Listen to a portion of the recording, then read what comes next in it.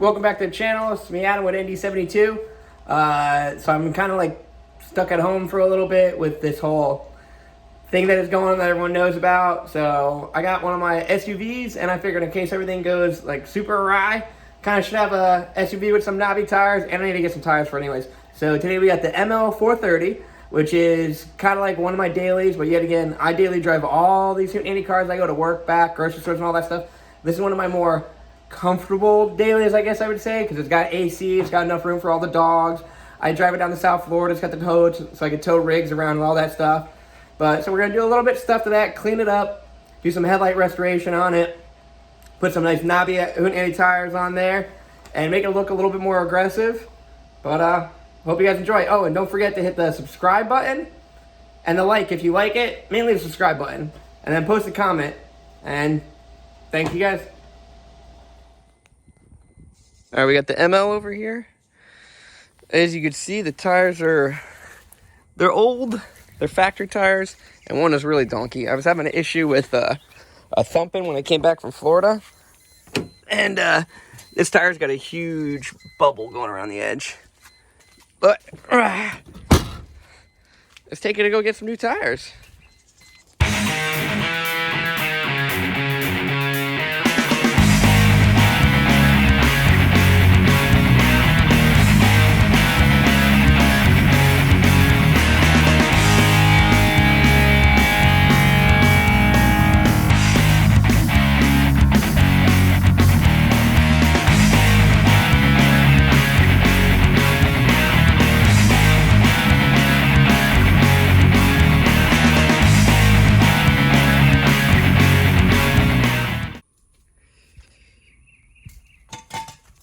All right, y'all, we're back home with the nice new,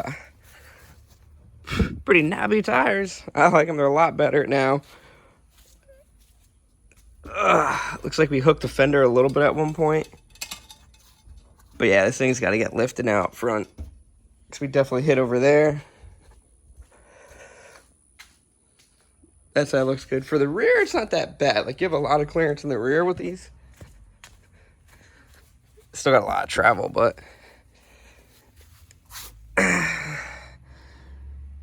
these are some Mastercrafts. The size is, what is it, 265, 70, 17. I think they come up to be like 32s, maybe 31s.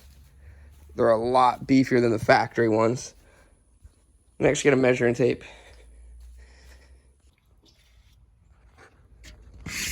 That was the most appropriate way to measure the tires and everything, but yeah, maybe they're like 31s, roughly 32, maybe 31 and a half they are, it looks like. I don't know if you can tell from whatever angle I'm at. But I'm going to try to lift the front end of this. Let's see how much we could actually crank out of this. So it's 30, right under 33 inches from the ground on this side. So I'm going to jack the car up, get on there, crank on the torsion bars, and see how much lift I could actually get. A couple people say you could get like 30 to 40 mils just from doing it. As you can see, my truck is really sagging like this right now. So, should be pretty nice. Let me get the jack and everything out, though. Alright, so there's two ways I heard about lifting these vehicles. Is with the torsion bars. Is you either could rip them all apart and then you turn them like 3 or 4 teeth inside there if you want more. But I'm gonna just, since I don't usually, people do that when they actually get the lift plates in the rear, but I'm just gonna do it the different method. Is so first you're just gonna jack up the vehicle, go get yourself an 18 millimeter on an impact. It's so much easier on an impact, and then go to tighten, and then just the bolt right there, put it on tighten, just count your turns. The part where I had to keep going back and forth is just to try to get it evened out, and I think I got it pretty good now. Also, I jack up the vehicles. I think I heard some people not do that, but I feel it's a little bit safer. So I already did it on the both sides, and you can see a huge difference now. And this is after I already let the truck settle, and I kind of jousted it quite a bit. But let's find that measuring tape again. Here we go. So we were at, I think, 33 inches from center. And now we are at, well, I don't know if you can tell the angle, it's 35 over there. So we went up 2 inches lifted on the front, on that side, and then this side's roughly the same. I was playing with it back and forth. It does get a little timely, especially if you don't have someone to help you work with the jack. I didn't do it on the lift because I thought this was going to be pretty quick and easy enough. I literally had to go up one side, boom, boom, boom, dropped it, did the other side, and kind of went back and forth a little bit. Now, I probably could go a lot higher than this, but I wanted to keep it even with the back and make it look a lot nicer, not so much of that rake. So as you see, it's a night and day difference with this stuff. I mean, the truck's all dirty. It's kind of bad lighting right now, but if you see how I hit this fender before, I'm not even close to this fender anymore. And I might even just go get the roller out and roll these fenders. And clearly I got to do the headlights, but I'm very happy with it. Also, I know for a fact I could go a lot higher in the rear because VRP sells some. You can also find some on eBay. They're basically spacers. I think they come in like 20 millimeter and 30 millimeter for the rear. And then you just get some heavy duty shocks and all that stuff. And the front, you have so much more adjustment with that toe, especially if you pull the whole assembly off and then you actually spin the gears yourself. So the rear right now is at 36 inches roughly, and the front is at 35. So I might go a couple more boom booms just to kind of even it all out. But I'm liking it so far. Now I know a lot of Mercedes headlights, you get this yellow and you can make them clean up a little bit. So in between waiting for this to fully settle so I can keep adjusting, I'm going to try to clean it up. I went and bought this, like, I think it's Mother's, very inexpensive little kit. So I'm not really going to show you guys step by step of how I do it because a lot of people, you guys already know how to do it, but I'm going to see if I can knock it out real quick. I don't know if the camera's really doing it justice, but there is a huge difference in person from the one side that I did, which is this one, compared to like this side. At least to me, and wasn't that effing hard. But I'm gonna start knocking out the other one, and we'll go pressure wash the whole car and get it pretty nice, get all this like Christmas stuff off there. Right. Oh yeah.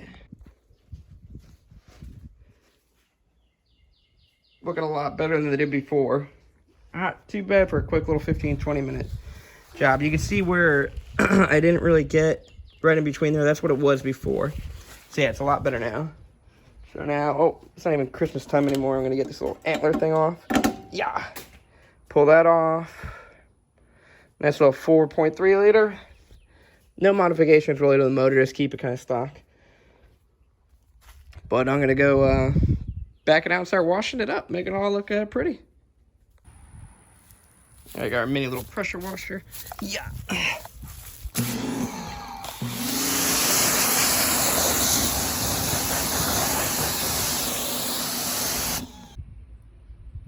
Got a good old trusty foam cannon out.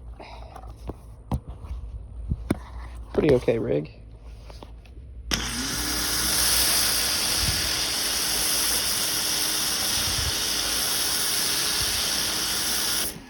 I don't know if the foam cannon with all the soap actually makes it any better, but it makes me feel young. A weird sensation. Just. Then I get sleepy. I think it's just from the heat, but let's keep going.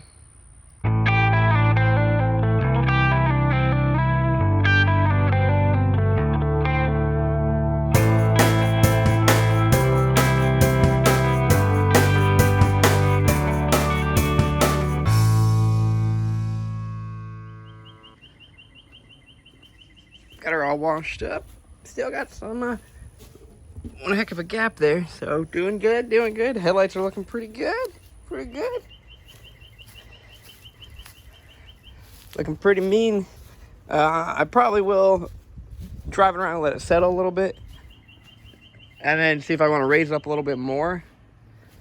Wait.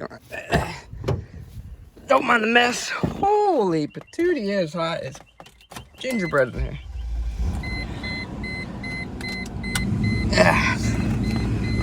Nice AC. Oop, I need gas, and I got an airbag light on. That's nothing. Yeah, buckle up. Let me shut the camera off as I back out of here. Alright, now let's go take this on the main road. Just go shake everything down. Oh, wait a minute. Hold on. We got some nice tires when we go the back way. Let's see if we hit anything. So nice. Nice little tour of the area.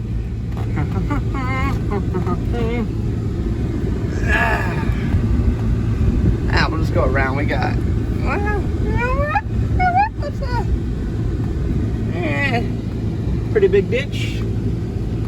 Yeah, we good.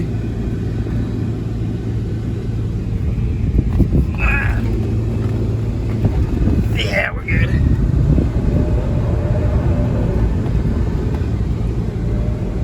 Take for a little drive, feeling?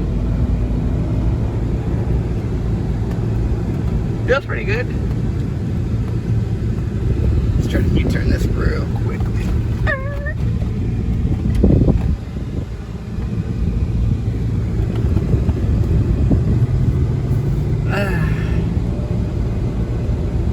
Just jamming out. Not that bad, not that bad.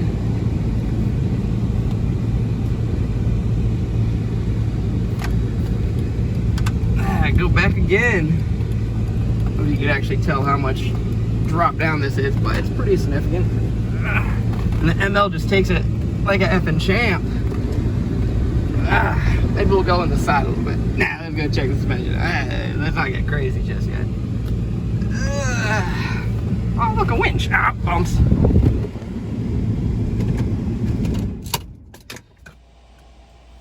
Alright guys, hope you guys enjoyed the video of the ML.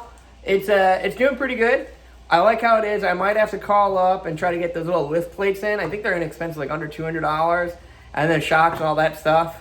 Just get some newer parts for that car and start redoing the suspension a little bit to make it a little bit more, I guess, rugged and all. The truck's got over 200,000 miles on it. So any of those bushings I get are just going to help improve it a little bit. And I hope you guys enjoy it. Don't forget to hit the like and subscribe button. And we'll be back to doing back to be doing the E55 stuff. And the death cart, I'm going to be upping the nitrous on that. And we'll keep going. Oh, don't forget, guys, also, you guys can contact me on Instagram if you want anything. I'll put it right down. It's Buffy CLK 500. And like there, I throw up other crazy pictures and videos and stuff like that. But have a great day and be safe. Sit. Good boy. Paw, lady. Sit. Paw. Good girl. Take the cookie. You take the cookie.